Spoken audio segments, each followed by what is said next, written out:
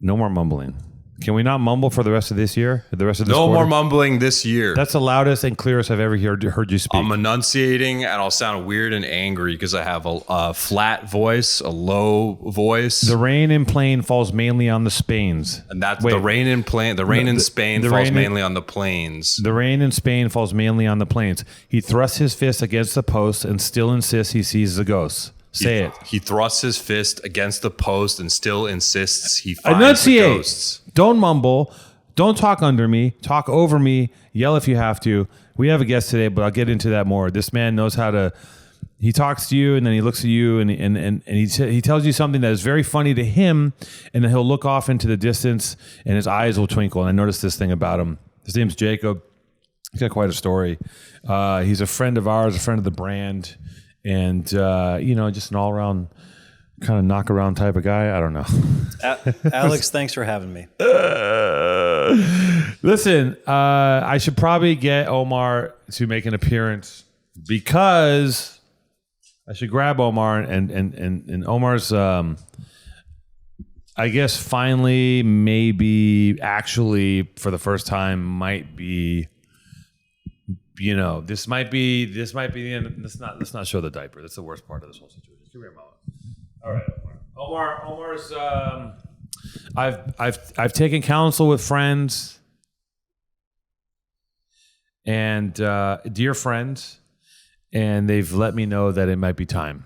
I might be holding on too much to someone that might not be having the most fun on this planet. So, maybe by the time the next pod is shot, there will be one less Shih Tzu soul on this plane, and it's a heavy day. And I know I'm speaking of it very. I know I'm being very kind of blasé about it, but internally I'm boiling and I'm frustrated. I've had a wild day. You ever have a day, Jacob, where today there was a couple moments where I literally was going to tear my laptop in half, chuck it across the room like a Frisbee, pick up the table, it's a pretty light table, pick up this table and just cram it through that unbreakable window right there. You ever have one of those days? I bet that window's breakable. It might be. It doesn't look very breakable, but it will probably, actually, no, these windows are breakable. Somebody chucked a rock in one of them half a year back, so from what I hear.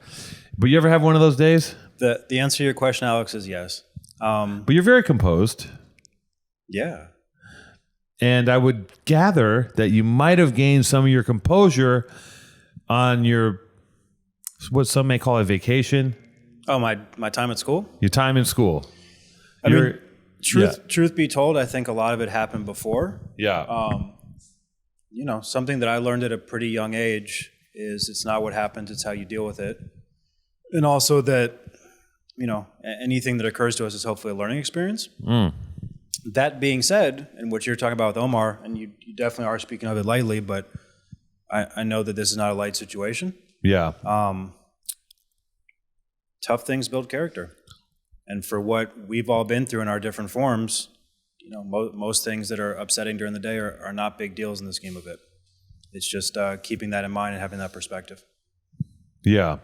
But yeah, I get frustrated every day. Yeah. Well, let me ask you this.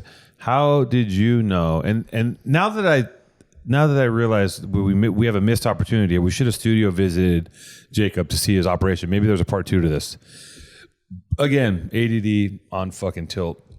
But how did you know at an early age how did you put it? That however you said it, basically things happen that are out of your control and you can't do anything about it. And B, like, how did you know that? It took me so long to figure that out and to acknowledge that shit happens and you have to move through it with grace because you have no control over it. I mean, let's go down the rabbit hole and then you edit this as you see fit. Sure. And then tap me if there's anything you want me to expound on. Okay. My parents split up when I was 3. Sure. I was raised by my mother. Okay. Single mother, cleaned houses for a living, very lower middle class, which is probably why being financially stable has always been a priority for me. Yeah. She passed away or committed suicide when I was 13, and I found her. Nothing after that's a big deal. Street shit, prison shit, clothing shit. I mean, clothing shit. Like none of it's, gonna rock my foundation. Yeah. And what I was getting at earlier, and I know that you've had your trials and tribulations in life. When you go through something, it really puts everything else in perspective. And it either breaks you or it makes you invincible. Yes. So whatever headaches we have daily, and I can speak for both you and I, we're blessed. Like, we're doing stuff that we're interested in. Yes. We're doing stuff that, we can grow 5x the next 2-3 years. Yeah. Like, there's not a lot of people in that position, and that's very real. So being appreciative of that, and also being conscious of it. So the headaches that we have and the frustrations we have, I mean, these are first world problems. And that's always what I keep in the back of my head. But I can assure you, I feel joy and I feel frustration. And those are probably the two emotions I feel most regularly. And I just try to be aware of the first one and be appreciative for it. Yeah. Historically I do well in the face of adversity, and when I truly am backed against the wall, I start performing in a way that's, unfortunately, I hate to say this, maybe better than I perform otherwise. I don't think that that's a great thing. I don't think that's a great quality, but it's a survival mechanism, I think. And because I don't want to believe that in order for me to fucking excel, I have to have the house has got to be on fire. You know what I mean? But when the house is on fire, I do know what to grab first and how to get out, and what wall to run through. Right, Jason? You're don't a big fucking backdraft mumble. guy. The big backdraft guy? Backdraft. You like that movie Backdraft? Is that the Kurt firefighter Russell, movie? yeah. Kurt Russell. I've been on the experience at Universal Studios, but I've never seen the flick.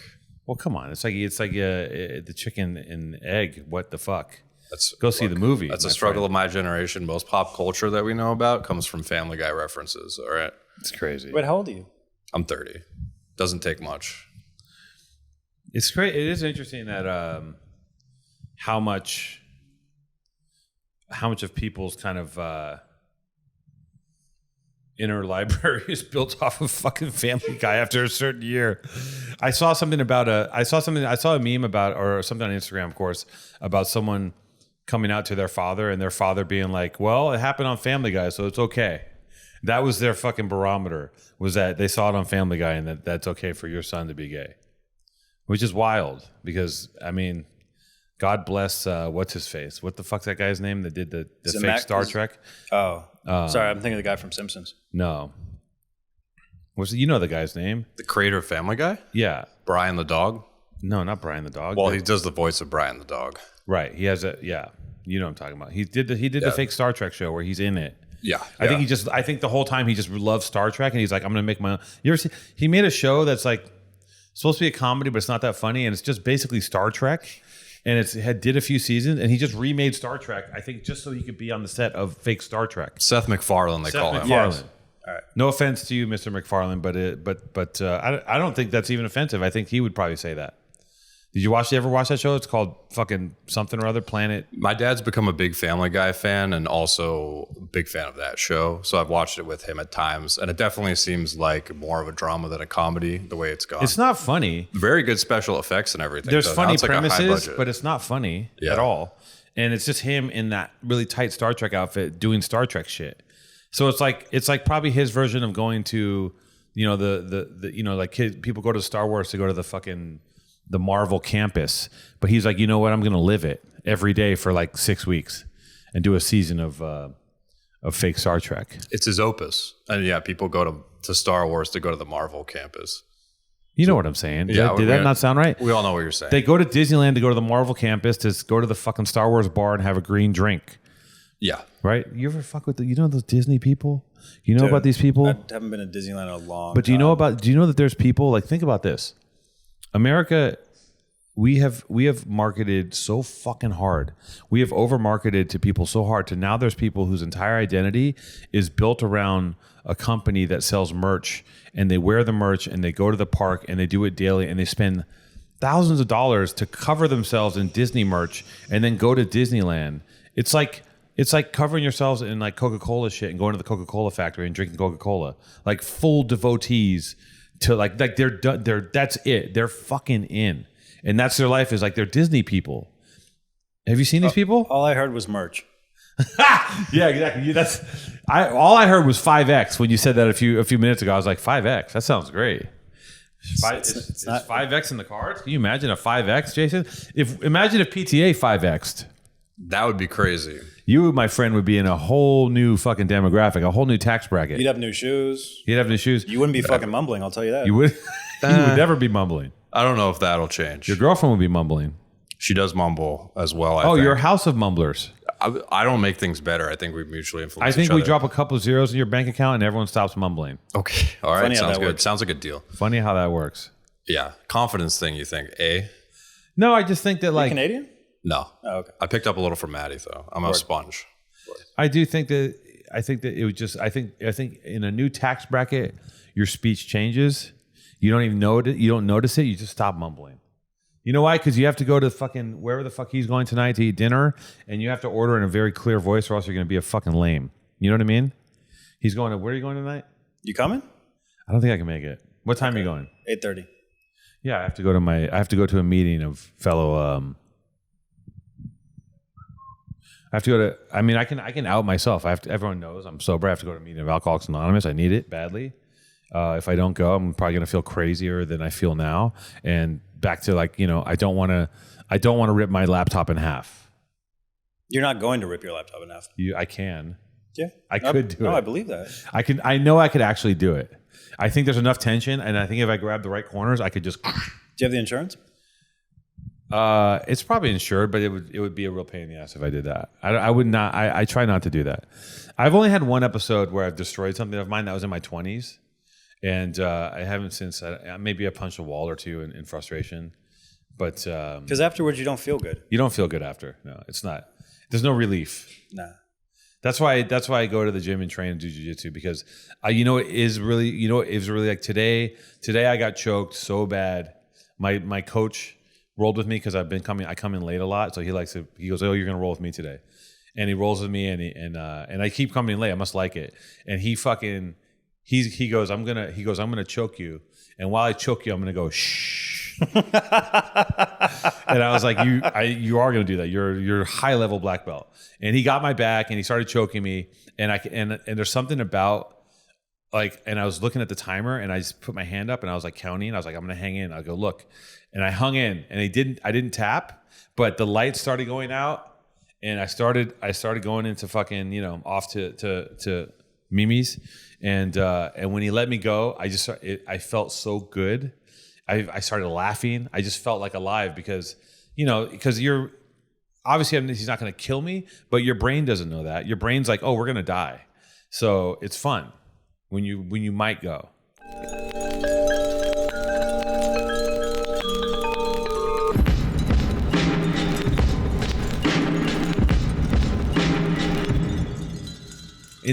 Only in that context. It's not fun when you're like getting shot at or beat up, but like in this context where it's safe, it's kind of fun. And you didn't tap. I didn't tap, yeah. Can I derail, then circle back, then segue? Sure, do whatever you got to do. As long as you don't mumble. Okay, we were just talking about Disney, and I was actually just having a conversation with someone on Instagram about Star Wars and George Lucas, because as you were saying, for a lot of people, Star Wars is like, and Disney have replaced their religion to some extent. It's like what they believe in and what they identify with. Thinking about Star Wars, if you go to like George Lucas's original intent, he was actually trying to create a modern day mythology there. So I think in that respect, he's one of the most successful creatives of all time because he intended on creating something that's like a mythology that stands in for religion or folk tales for people. And a huge percentage of the population has actually replaced the Bible and stuff with Star Wars, essentially. Not really. Okay, do you understand Bible references better, or do you understand Star Wars story references?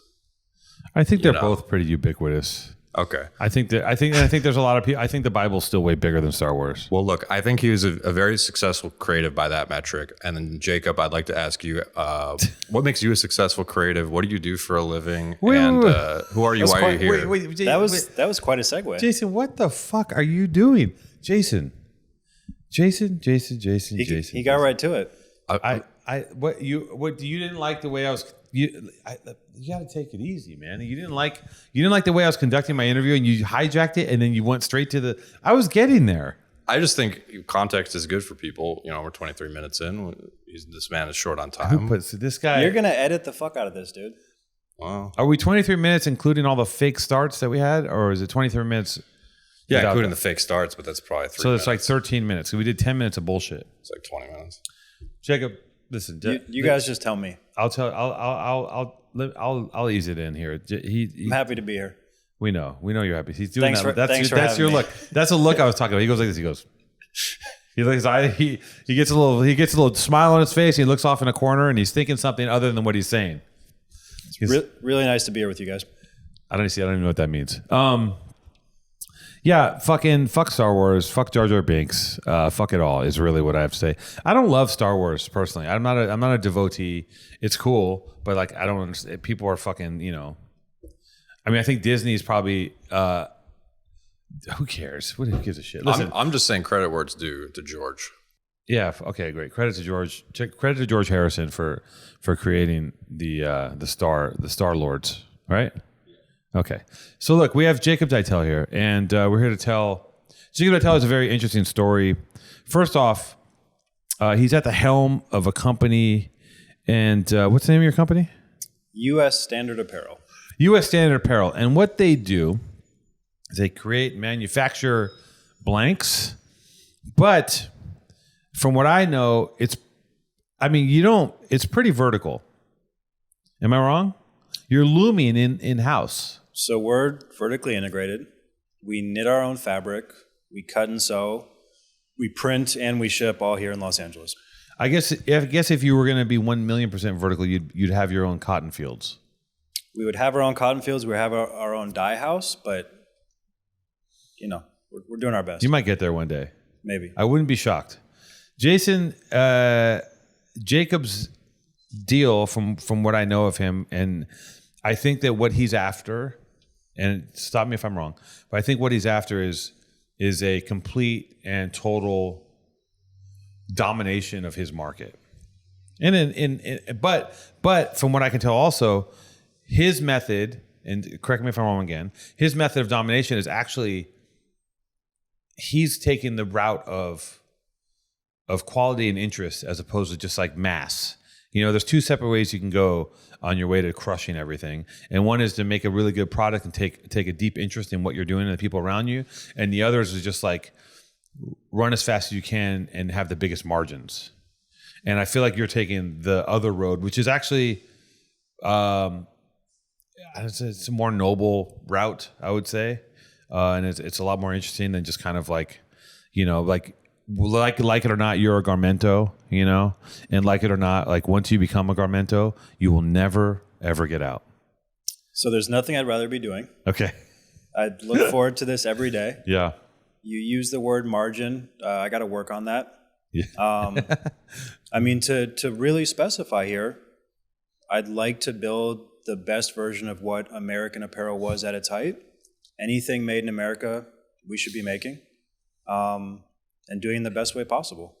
And also affecting, I mean, the world around us might be lofty, but like affecting the world around us in the best way possible.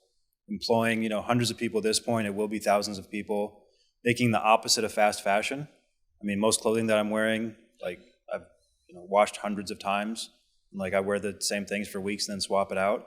Like making things that people will have in 10 years here in Los Angeles. But yeah, margin, I got to work on that. Yeah. It's on my list. Margins are a motherfucker. I back that. And also people complain when they don't get their stuff at the price that they're used to, but the price that they're used to comes with the price tag of fucking dog shit goods being made in some place where, you know, everything's being leveraged to get you a cheap garment, et cetera. And it's at the cost of a lot of, something's got to give. You know, when you go on Shine and you buy a tube dress for $6, someone died to make that dress. Probably a baby, probably a couple dogs, and you know, that's just how the world works. Like you gotta put all the stuff in the sausage maker if you want that cheap sausage, and it's gonna get. Does that make sense? Sausage maker, the grinder. Who gives a shit? Either way, fast fashion's fucked. Slow fashion's where it's at. Pay a couple of extra dollars and keep that shirt forever is what I say. Right, Jason? Please agree with me. Yeah, no, I think ethical business practices are good. It's hard to argue with that. Oh man, I'm this a hard was- guy to argue with. You are very hard to But here's argue the other thing, and this is something that's changing right in front of us. I mean, the biggest units in America are music merch, like clothing brands, yourselves included, and a lot of the other larger brands. Like if Taylor Swift goes on tour, it pales in comparison. And historically, that's all about price point. And it's like, why is this T-shirt a piece of shit and being sold for $45 or $60? It's because all the different people in between that are having to make a margin on it. So now the conversation begets, how do we make that here? How do we do that competitively? A big part of what we are doing, how do we scale? How do we get closer to imports? How do we make a product here that's not dramatically more expensive? Because you as a brand owner, if you're buying a T-shirt for X and you say, hey, I'd rather have it garment dyed, I'd rather have it domestic, I'd rather have a nicer product, and it's $1 more, you can probably live with that. If it's $4 more, turns out you don't really care. True. So part of us is, where do we meet in the middle? Where do we grow? Where do we increase efficiencies and again, affect the world around us in the best way possible? Now, we got to get into some backstory because I'm sure a lot of what you said, a lot of you just tuned out because it doesn't mean shit to you. It's industry jargon. This is something that you hear behind the scenes when you're trying to get the things made that we're presenting to you. But Jakob also has a very interesting story because he spent a good chunk of time in prison, right? 10 years roughly? 100 months. 100 months. What is that? What is that now? To 9 something? No, 8.5. 8.5 years. It's been 8.5 years. 8.5 years with no Erewhon smoothies. Fuck, dude, you really cut to the core. No Erewhon smoothies. 8.5 years. No Postmates. No macrobiotic fish bowls delivered to your house. Probably didn't meet a lot of women in 8.5 years in prison. I'm guessing he didn't have any of the creature comforts, i.e., a dog on his lap. Did you have cable in there? Did you have cable TV? I had cable. He had cable. Do you have video games in there? Nah. No. But I don't play video games. You don't play video games. But he did play a lot of cards in jail. I did learn to play poker. You learned to play poker. And that's something that you still do now. And I think that you had a lot of time to perfect your game in there, no? I got a lot better hitting the streets. And a quick interjection to what you just said. So I got arrested in 2008 by the Impact Task Force, which if you guys have ever seen Training Day, it's them. So they're all wearing C's Rolex watches. They all look like bikers and have tattoos. And they all take things under the table and keep them. But it was DEA, Homeland Security, sheriffs, a particular task force. I was a fugitive for a couple of years before I got arrested. I say all that to say, some of you are new to Erewhon. I'm not. Been doing that shit since about 2002. And when I got arrested, I had some really particular nuts that I used to like at Erewhon. They're $20 a pack, whatever the dumb shit it is. Yeah. And I remember the marshals arresting me and saying, "Hey, you want to eat some of these nuts? They don't have these where you're going, Deitell." I was like, and I said, "No, you keep those." And you didn't give him the satisfaction, huh? No. You wouldn't have one last handful of nuts. Rub it on your chest. But we come full circle. Yeah. And I'm back. Erewhon's bigger and better than ever. Yeah. And I try to take my weekend meetings there because it's my happy place. You love Erewhon. And also you're doing some sort of, are you connected to them somehow? I mean, can I say that you put me in a, can I say that? Fuck, who gives a shit? Whatever you want, dude. He basically goes, Jacob's like, hey, Becky G just did an Erewhon smoothie.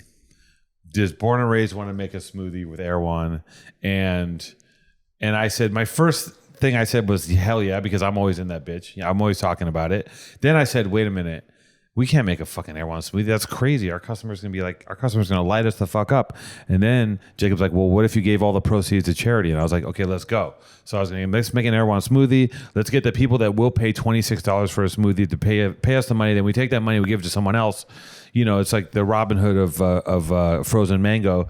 And so I get on, Jacob alley-oops me to a call with the owner, the big fucking capo de tutti capo of fucking Erewhon, Vito. And I get on a call with him, and I'm waiting for this fall. And I'm excited. I'm like, I'm going to have a fucking smoothie in Erewhon. Cannot wait to go into Erewhon and have my own smoothie. And I get on the call with the guy, and he goes, what? He goes, like, good to meet you. What are we doing? I go, hello, good to meet you too. I had to get right to the chase. I'm like, I want to make a smoothie. He goes, we're not doing that. I go, well, I guess. And then my instinct would say, okay, goodbye, sir. But you had to be polite, and we still had to talk and kick the tires around a little bit after that. But he basically was like, we're not doing that. And then he kind of backpedaled. He's like, well, even if we were going to do it, the whole next year is booked. And C, we only do this with artists. And so I just was like, he categorically shut me down, and I was like, I have nowhere to go from this.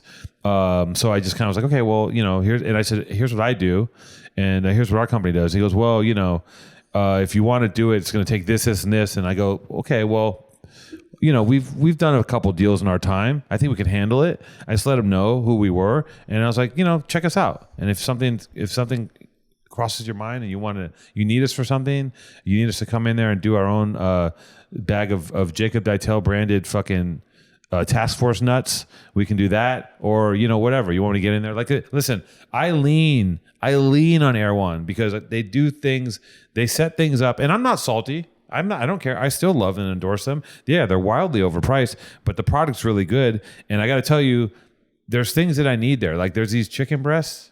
There's the prepackaged chicken breast already cooked, and the prepackaged turkey burgers.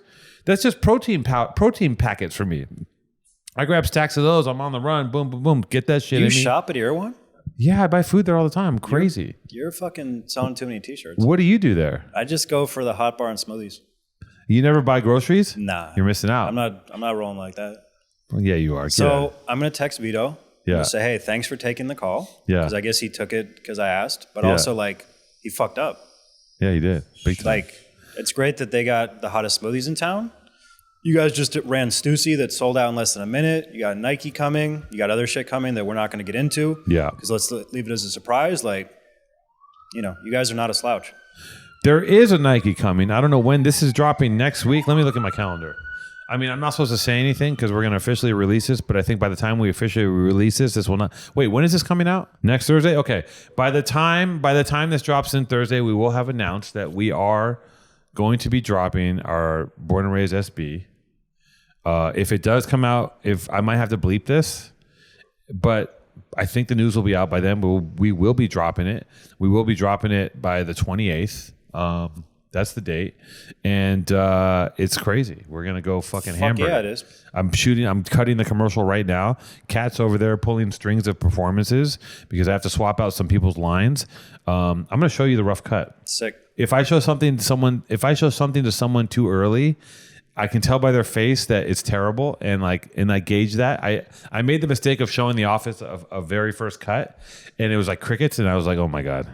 And I just like, what did I do? Wait a minute, I forgot. I never show the first cut. I would never show anyone the first cut at anything, but I was like, I'm trying new things in here. I was like, maybe I'll go show it to him, and it was a complete mistake. So you learned. I'll show you this cut because it's good and it's ready to go.